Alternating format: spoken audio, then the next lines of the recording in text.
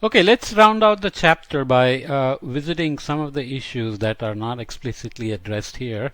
The chapter started with the ideas of Galileo, Copernicus, Hadley on the Hadley cell, and then we straight away jumped to the eddy fluxes to argue about the impact of the tropics on the extratropics, which kind of implies that the termination of the Hadley cell happens because of these baroclinic instabilities at the edge.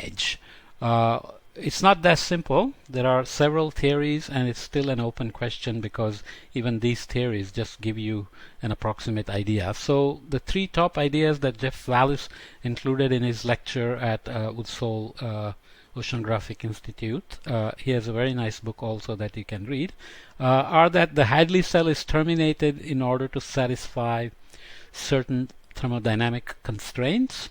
Secondly, Hadley cell is terminated by the onset of baroclinic instability, which is kind of what we did. And the third idea is that the Hadley cell is terminated by the effects of the breaking of the Rossby waves, which is happening in the mid-latitudes, and then that's sending eddy fluxes equatorward to affect the termination of the Hadley cell.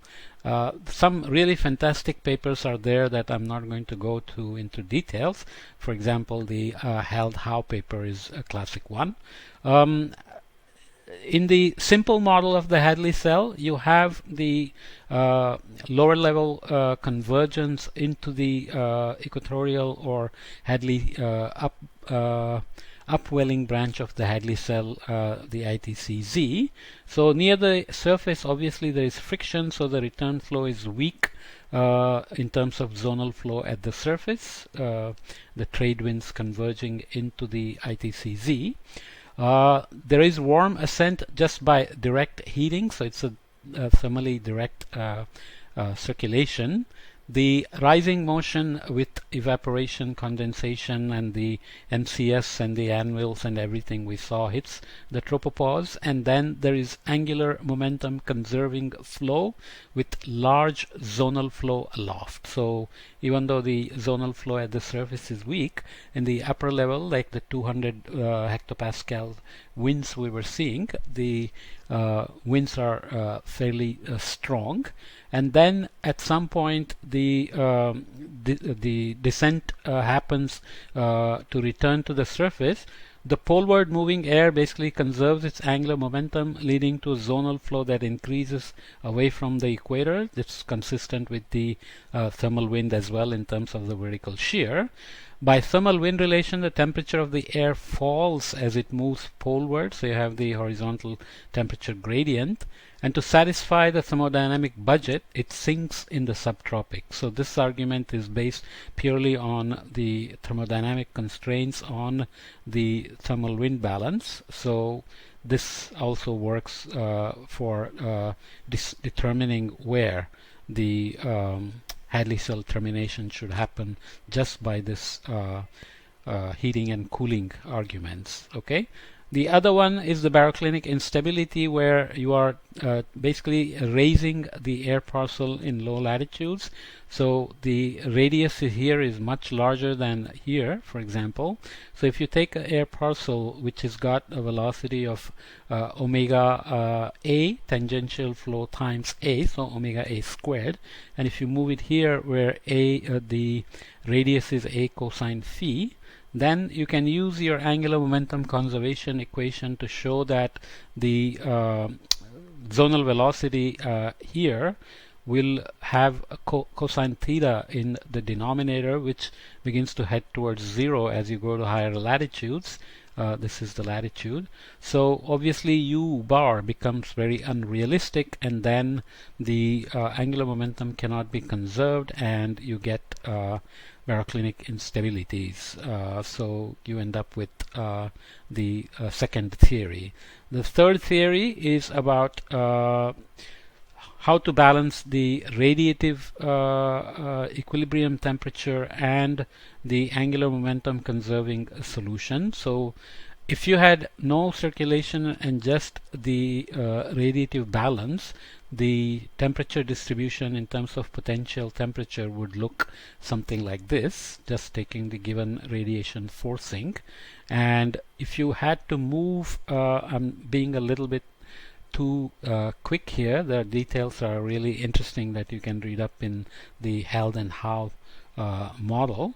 So if you look at the angular momentum conserving solution that looks like this in terms of the potential temperature, and the area here is equal to the area here, so the dynamic balance is achieved where the two areas become equal, and then the dynamic balance doesn't work here, so basically Hadley cell has to terminate over here. So it's a little different argument, but you understand the point that the Hadley cell termination in this case is done very differently than in the case of hydrodynamic equilibrium or the thermodynamic constraints. So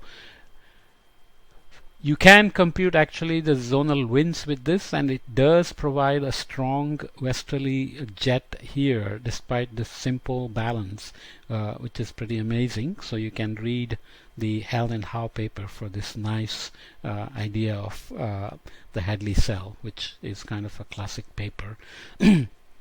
The third idea is, of course, that you have the baroclinic instabilities where you actually have angular momentum conservation failure and all the eddy fluxes we have been talking about. So we had the eddy momentum flux being negative here and positive here. So the equatorward propagation of the eddy flux is going to enter through Rossby waves the Hadley cell, and Hadley cell is forced to terminate where the divergence of the eddy momentum flux is 0. So I don't want to go into the details, but I just wanted to introduce the idea that despite many centuries of Hadley cell theories and so much we learn from data and building climate models that actually work and so on, the basic idea is the very fundamental understanding of what actually determines where the Hadley cell terminates is still not very clear. This can be, of course, critical because with global warming you are changing the Hadley cell. You can look at the analogs of how Hadley cell behaves during an El Nino, for example, because El Nino is like a mini global warming where the ocean is releasing the stored up heat and creating a small global warming. So if you look at how the Hadley cell responds during an El Nino and see if that's an analog for the global warming. But there are nice papers by Dargan, Frierson and so on which argue that actually the El Nino timescale Hadley response is very different than the response to global warming. So there you go. So the ideas of eddy momentum flux are very elegant. For this course in terms of tropical dynamics, we just need to worry about those. So that allows us to talk about tropical extratropical interactions in the full 3D circulation. That's where we will go in the following chapters. Okay.